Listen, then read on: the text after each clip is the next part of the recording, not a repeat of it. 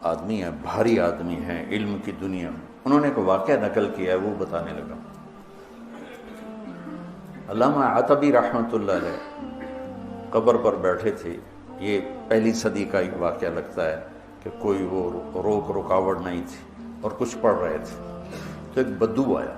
اس نے اپنی اونٹنے کو باہر کھڑا کیا اور آ کر اندر سلام پیش کیا، السلام علیکم یا رسول اللہ. صحیح حدیث ہے کہ انبیاء اپنی قبور میں زندہ ہوتے ہیں، انبیاء اپنی قبر میں زندہ ہوتے ہیں، اور اللہ کے ان پر موت آتی ہے.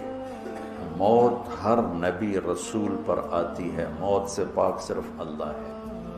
پھر اللہ ان کو زندگی دے دیتا ہے جسم کے ساتھ ہی. کچھ علماء فرماتے ہیں کہ برزخی زندگی ہوتی ہے، لیکن جو جمہور اور اہل سنت والجماعت جس اس پر مذہب اور عقیدے پر ہیں کہ انبیاء اپنے قبور میں زندہ ہوتے ہیں. تو آ کر سلام پیش کیا اور کہنے لگا، یا رسول اللہ، آپ کے رب کہتے ہیں وَلَوْ أَنَّهُمْ إِذْ ظَلَمُوا أَنفُسَهُمْ جَاءُوكَ، اگر یہ گناہ کر کے آپ کے پاس آ جائیں فاستغفر اللہ، اور معافی مانگیں اللہ سے، واستغفر لهم الرسول، اور آپ بھی پھر اللہ سے ہمارے لیے معافی مانگیں تو اللہ معاف کرتا ہے. تو جئتک مستغفرا للذنوب ومستشفعا بک الی ربی ان یغفر لی، میں آپ کے پاس اپنے گناہوں کا بوجھ لے کر آیا ہوں اور آپ کو سفارشی بناتا ہوں اللہ کی بارگاہ میں کہ اللہ تعالیٰ مجھے معاف کر دے. اور پھر اس نے 4 شعر پڑھے. 2 شعر اب بھی روضہ مبارک کے جو 2 پلر ہیں، جیسے یہاں کھڑے ہو کے سلام کر دیں، ایک شعر یہاں لکھا ہوا ہے، ایک شعر یہاں لکھا ہوا ہے، 2 کتاب میں لکھے ہوئے ہیں. یا خیر من دفنت فی القاع اعظمہ فطاب من طیبہن القاع والاکم، اے وہ بابرکت ذات جو زمین کے اندر گئے تو زمین کا اندر بھی پاک ہو گیا اور اوپر بھی پاک ہو گیا، اندر بھی خوشبودار اور باہر بھی خوشبودار. یہ ادھر ہے شعر. نفس الفداء لقبر انت ساکنہ فیہ العفاف وفیہ الجود والکرم، میری جان اس قبر پہ قربان جس میں آپ آرام فرما رہے ہیں، آپ کے ساتھ آپ کی سخاوت بھی ہے، آپ کی دریا دلی بھی ہے، آپ کی فیاضی بھی ہے. یہ 2 شعر.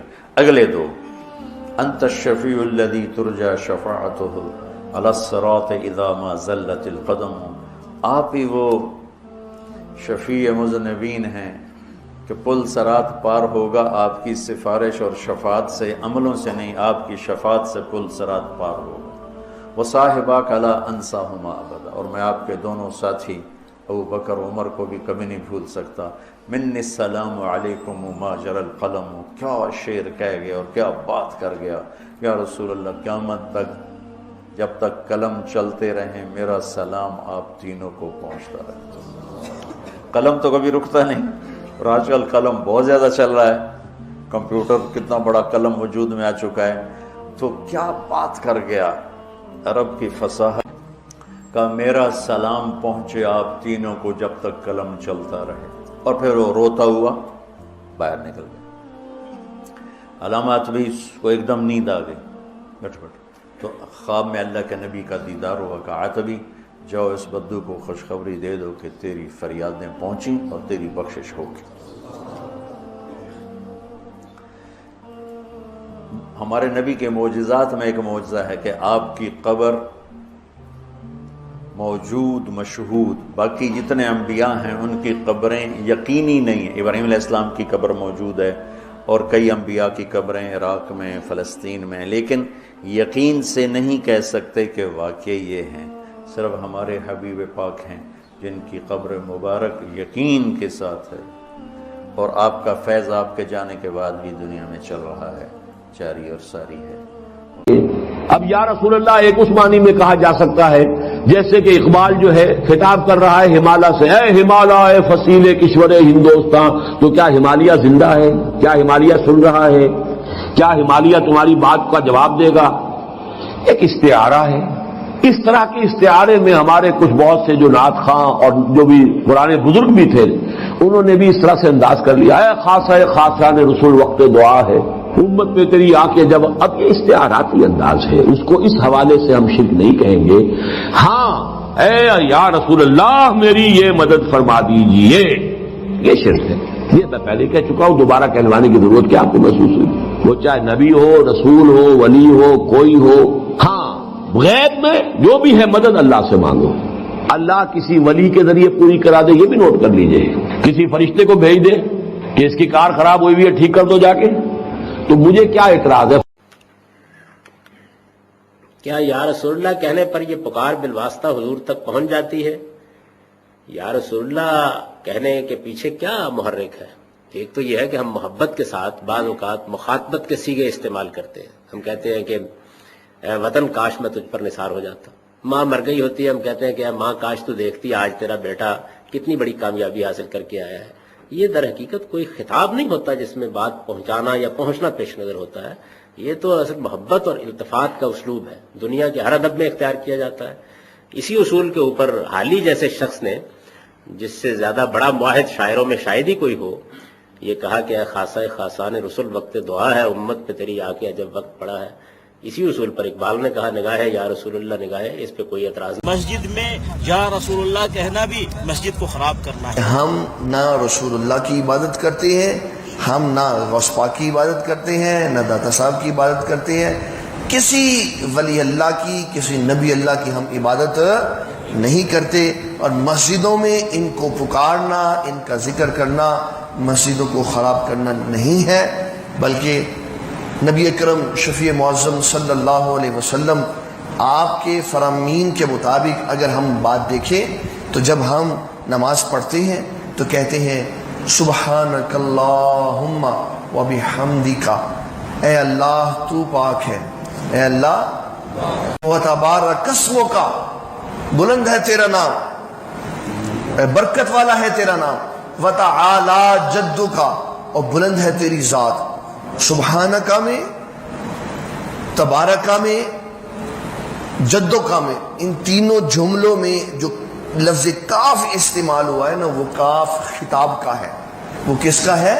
خطاب کا ہے، اور خطاب کا معنی یہ ہوتا ہے جس کو خطاب کیا جا رہا ہے وہ ہماری بات سن رہا ہے اور جواب بھی دے رہا ہے۔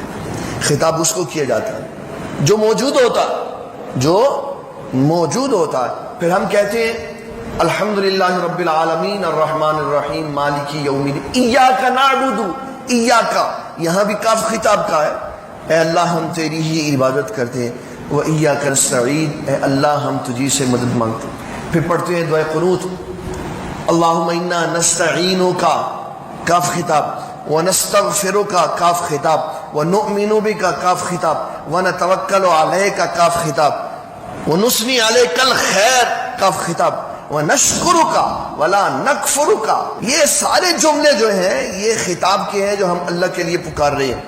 یہاں تک تو ہم اس کو کاف خطاب مانتے ہیں اور مانتے ہیں اللہ حاضر ہے، اللہ موجود ہے۔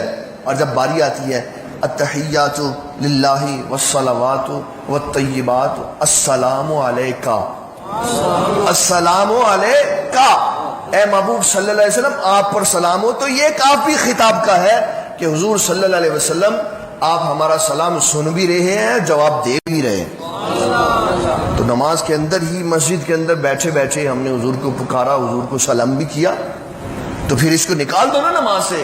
اگر ہم یہ منع کرتے کہ اللہ کی مسجدوں میں اللہ کے علاوہ کسی کو پکارنا جائز نہیں ہے تو پھر اس کو بھی نکال دو۔ اس کو ہم حکایتاً نہیں پڑھتے، یہ حکایتاً نہیں ہے کہ چلا آ رہا ہے تو ہم اسی رسم کے اوپر پڑھتے ہیں، بلکہ ہم اس کو روایتاً پڑھتے ہیں، اصلاً پڑھتے ہیں کہ نبی صلی اللہ علیہ وسلم اپنی امت کا سلام سنتے بھی ہیں اور جواب دیتے بھی ہیں۔ اور مجد الافسانی شیخ احمد سرندی رحمۃ اللہ علیہ نے اس مقام کے اوپر جو جملہ ارشاد فرمایا وہ دلوں کی کلی کھلا دیتا ہے۔ فرمایا جب تم یہ کہتے ہو التحیات للہ والصلوات والطیبات، تو تصور یہ رکھو کہ ہم اللہ کی بارگاہ میں حاضر ہیں، رسول اللہ وہاں موجود ہیں، ہم جب اللہ کی عبادت کا اقرار کر لیں پھر ہم رسول اللہ پر سلام بھیجیں، تو یہ خیال رکھو حضور سلام سن بھی رہے ہیں، جواب دے بھی رہے ہیں۔ یہ نہیں کہ خیال مصطفیٰ آ جائے تو نماز مضبوطی میں فرق آ جاتا، بلکہ خیال مصطفیٰ سے تو نماز مضبوط ہوتی، نماز مضبوط ہوتی۔